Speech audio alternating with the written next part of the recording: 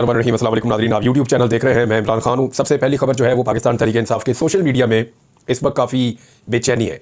Social media के लोग खास तौर पे रऊफ़ हसन साहब को, जो तर्जुमान है पाकिस्तान तहरीक इंसाफ के, उनको और कुछ लोग जो है वो बैरिस्टर गौर को भी तनकीद का निशाना बना रहे हैं। ये मामला शुरू होता है इमरान खान साहब के एक ट्वीट से। उनके अकाउंट से एक ट्वीट किया जाता है। आप सब जानते हैं कि इमरान खान साहब जेल में बंद है और उनका अकाउंट जो है वो उनकी सोशल मीडिया टीम चला रही है। सोशल मीडिया टीम के कुछ लोग पाकिस्तान में मौजूद हैं, बहुत सारे लोग हैं, बेशुमारी है, और वो कंट्रोलेबल तो है नहीं सोशल मीडिया। यानी मुझे अच्छी तरह याद है फवाद चौधरी ने एक दौर में कहा था कि सोशल मीडिया को हम कंट्रोल नहीं करते, बल्कि बाज़ औक़ात सोशल मीडिया हमें कंट्रोल करता है। रीज़न ये है कि नौजवानों की बहुत बड़ी तादाद है, उनकी उम्र जो है वो 18 साल से 30 साल 35 साल के बीच में है, और वो अपनी मर्जी से लिखते हैं। बाज़ औक़ात वो अपनी पार्टी के ऊपर बहुत तनकीद करते हैं, इमरान खान साहब के फैसलों पर भी तनकीद करते हैं, और वो किसी की बात नहीं सुनते, और ये पढ़े लिखे नौजवान है। लेकिन जो इमरान खान साहब की अपनी सोशल मीडिया टीम है, एक्चुअली वो एक रिस्पॉन्सिबल टीम है, और वो इमरान खान साहब की मंशा के मुताबिक चीज़ों को करती है। अब इमरान खान साहब के अकाउंट से हदूद रहमान कमीशन की रिपोर्ट के बारे में जो एक वीडियो अपलोड हुई, उस वीडियो का जो आखिरी हिस्सा है उसमें आर्मी चीफ की फोटो थी, जो मौजूदा आर्मी चीफ है। उसको लेकर बहुत हसास हो गया पूरा पाकिस्तान का सिस्टम। वो ये कह रहे हैं कि तकाबली जायज़ा अगर है तो क्या आप मौजूदा आर्मी चीफ को उस दौर के आर्मी चीफ के साथ मिला रहे हैं। यानी इरफान सिद्दीकी साहब का स्टेटमेंट है, वो आपको बता देता हूँ। इरफान सिद्दीकी साहब जो है वो अपने स्टेटमेंट में ये फरमा रहे हैं कि पाकिस्तान तहरीक इंसाफ के बानी चेयरमैन इमरान खान साहब खुद को शेख मुजीबुर रहमान और आर्मी चीफ को जो है वो जनरल याया कह रहे हैं। तो आज की मुक्ति बानी कौन है, इस किस्म का उन्होंने सवाल उठाया हुआ है। देखिए, वैसे अगर देखा जाए तो हर दौर के हालात अलग होते हैं। 71 के हालात और तरह के थे, आज के हालात और तरह के हैं। तब इंडिया की इंटरफेरेंस थी, आज किसी और मुल्क की इंटरफेरेंस हो सकती है। इमरान खान साहब कहते हैं कि उनकी हुकूमत गिरने में अमेरिका की इंटरफेरेंस थी, और कुछ लोग ये कहते हैं कि आज जो पाकिस्तान तहरीक इंसाफ के लोग कह रहे हैं मौजूदा रियासती इदारे, वो इल्ज़ाम लगाते हैं कि उनके पीछे कोई बैरून मुल्क का हाथ है। इवन इंडिया तक का नाम ले लिया जाता है। तो ये चीज़ें वक्त के साथ साथ चेंज होती हैं। सिनेरियोज में ये देखा जाता है कि माजी में जो गलतियां हमने की, क्या वो हम आज कर रहे हैं। ये बड़ा सवाल है। इरफान सिद्दीकी साहब जैसा जो पढ़ा लिखा आदमी है, जिन्होंने सारी ज़िंदगी जर्नलिज्म में गुजारी, उनको कम से कम इस बात का आइडिया होना चाहिए था कि मुमासलत का मतलब क्या है, कि कोई मुक्ति बाणी तो दोबारा नहीं ढूंढनी ना। मुमासलत का मतलब यह है कि माजी में जो गलतियां हो गई, मुमासलत वो इस चीज़ में बता रहे हैं कि माजी में इलेक्शन में मैंडेट था एक पार्टी का, वो दूसरी पार्टी को मिल गया, उसका पाकिस्तान को नुकसान हुआ। आज भी वो ये कह रहे हैं कि मैंडेट था एक पार्टी का, वो बाकी पार्टियों को मिल गया, उसका भी पाकिस्तान को नुकसान हो सकता है। तो वो उन चीज़ों को इकट्ठा करके कहना चाह रहे हैं। हाँ, प्रेजेंटेशन के ऊपर बात की जा सकती है कि जो चीज़ उन्होंने की, और इसी के ऊपर एक्चुअली पूछा जा रहा है। जो रऊफ़ हसन साहब हैं वो थोड़े डिफेंसिव नजर आए। काशिफ अब्बासी साहब के साथ वो इंटरव्यू कर रहे थे, उसमें बैरिस्टर गौर और इनके हवाले से कुछ खबरें शाया हुई हैं अखबारात में। तस्दीक तो दोनों साहिबान ने नहीं की, वो बताएंगे। लेकिन रऊफ़ हसन साहब ने टीवी चैनल के साथ जब बात की तो उसमें कुछ वो डिफेंसिव थे सोशल मीडिया की पॉलिसी को, या सोशल मीडिया की पोस्ट जो पाकिस्तान तहरीक इंसाफ की होती है, खासतौर पर बानी चेयरमैन इमरान खान साहब के हवाले से, वो थोड़ा सा बैक फुट पे नजर आए रऊफ़ हसन साहब। तो फिर पाकिस्तान तहरीक इंसाफ का सोशल मीडिया आप जानते हैं अच्छी तरह, उन्होंने फिर उनके ऊपर सख्त जुमले भी बोले, उनका एहतसाब शुरू कर दिया।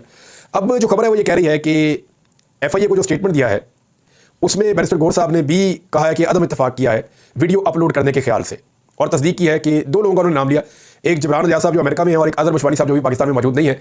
इन दोनों के बारे में कहा गया कि ये बाहर से अकाउंट चलाते हैं, पाकिस्तान के बाहर से। अब पता नहीं बैरिस्टर गौर साहब ने स्टेटमेंट दिया है या फिर FIA के सोर्सेज ने ये स्टेटमेंट जो है वो पाकिस्तान के मीडिया को दे दिया है। लेकिन ये बात जानते हैं सब लोग कि जबरान रियाज साहब हो या अजहर मशवानी साहब हो, वो पाकिस्तान तहरीक इंसाफ के वो बड़े वफादार कारकुन है और इमरान खान साहब के बड़े करीबी लोगों में से एक है, और ये पाकिस्तान तहरीक इंसाफ के सोशल मीडिया में बहुत ठीक ठाक इन्फ्लुएंस भी रखते हैं। अब सोशल मीडिया के लोग कह रहे हैं जी हमने जो किया उन्होंने ठीक किया, और दूसरी तरफ जो है वो पार्टी की क़यादत कह रही है वो अपने आप को इससे कोई डिस्टेंस कर रही है। इससे एक सिचुएशन क्रिएट हो रही है। ज़्यादा तनकीद एक बात पर हो रही है, और मैं चाहता हूँ उस पर थोड़ी सी बात हो जाए। काशिफ अब्बासी साहब ने एक बात पूछी, उन्होंने कहा जी पाकिस्तान के अंदर जो लोग रहते हैं उनको फेस करना पड़ता है, यानी आपके मुंह पे भी एक निशान है वो रऊफ़ हसन साहब को, और जो लोग पाकिस्तान से बाहर मौजूद हैं उनको ये फेस नहीं करना पड़ता।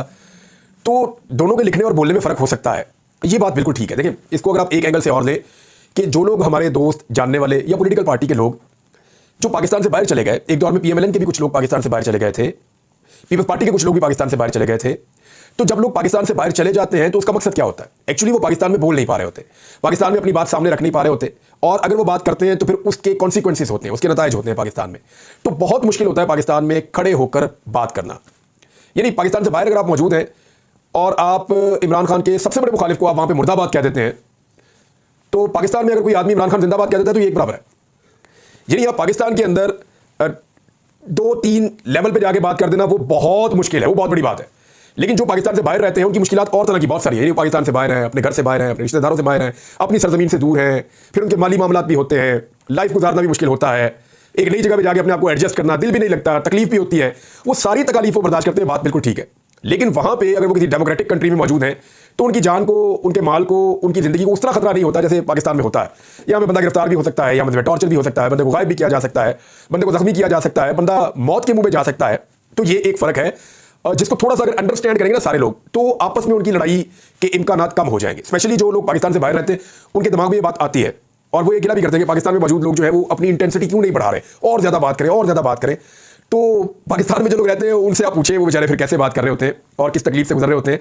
वो तकलीफ पाकिस्तान में बेशुमार लोगों ने बर्दाश्त की। अब सबकी एक जैसी कैपेसिटी नहीं होती, कोई थोड़ा ज़्यादा बर्दाश्त कर लेता है, कोई थोड़ा कम बर्दाश्त कर लेता है, लेकिन हर एक ने कुछ ना कुछ बर्दाश्त किया है। और जो लोग ओवरसीज है या पाकिस्तान से बाहर रहते हैं ना, अब उनके ऊपर कोई तनकीद नहीं है, कोई तनकीद नहीं है। पाकिस्तान के लिए उनका दिल धड़कता है, वो इंतहाई काबिल एहतराम है। लेकिन उनको ये समझना पड़ेगा कि जो लोग पाकिस्तान में रहते हैं उनके लिए वो बात करना थोड़ा सा मुश्किल रहता है जो वो लोग बाहर बैठ के कर लेते हैं नॉर्मली।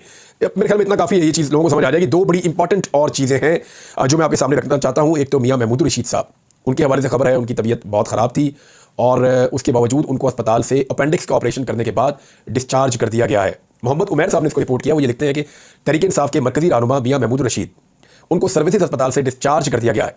अहले खाना ने मियां महमूद रशीद को अस्पताल से जबरी डिस्चार्ज करने की मजम्मत करते हुए कहा कि मियां महमूद रशीद की 2 दिन कबल अपेंडिक्स फटने पर सर्जरी की गई थी।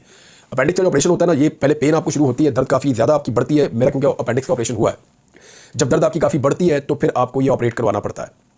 लेकिन अगर खुदा न खास्ता अपेंडिक्स फट जाए तो ये बड़ा सीरियस इशू हो जाता है। इसमें खुदा न खास्ता ये बहुत सीवियर प्रॉब्लम हो सकती है इंसान को, ये तो जान पे बन जाती है। तो उसमें वो ये बता रहे हैं कि 2 दिन कबल अपेंडिक्स फटने पर उनकी सर्जरी की गई। मियां महमूद रशीद का अपेंडिक्स फटने पर मैदा शदीद मुतासर हुआ। पंजाब हुकूमत ने ज़बरदस्ती महमूद रशीद को अस्पताल से जेल शिफ्ट कर दिया है। शदीद गर्म मौसम में महमूद रशीद का जख्म खराब होने का खदशा बढ़ गया है। महमूद रशीद को इस हालत में जेल शिफ्ट करना इंसानी हुकूक की पामाली है। डॉक्टर हसन महमूद जो उनके साहबजादे हैं मियां महमूद रशीद साहब के, वो ये बता रहे हैं मियां साहब खुद चलते हुए पैदल जो है वो अपनी उस गाड़ी में गए एम्बुलेंस में, वहाँ से उनको वापस जेल शिफ्ट कर दिया गया। मियां नवाज शरीफ साहब को मुझे याद है अच्छी तरह, जब मियां महमूद रशीद की हुकूमत थी तो यास्मीन राशिद साहबा वो भी हुकूमत में थी। तो नवाज शरीफ साहब अस्पताल आए तो 3-4 कमरे साथ वाले जो हैं वो सज गए थे। उनके सारे रिश्तेदार वहाँ पे मौजूद रहते थे। मियां साहब के लिए स्पेशल अरेंजमेंट्स किए गए थे अस्पताल के अंदर, वॉशरूम्स के अंदर, हर चीज़ के अंदर, और फूलों के गुलदस्ते हर वक्त, कारकुनों की तादाद आ रही है जा रही है, लीडर्स हर वक्त मियां नवाज शरीफ साहब के आसपास उनकी पार्टी के रहते थे।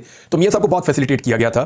लेकिन अनफॉर्चुनेटली मियां साहब ने या उनकी साहबजादी ने कुछ नहीं सीखा मुश्किल वक्त से, और जैसे ही उनके पास आसानी का वक्त आया तो उन्होंने दूसरों के लिए उसी पंजाब को जहन्नुम बनाकर रख दिया है। एक मिसाल आपको मैं और दे देता हूँ।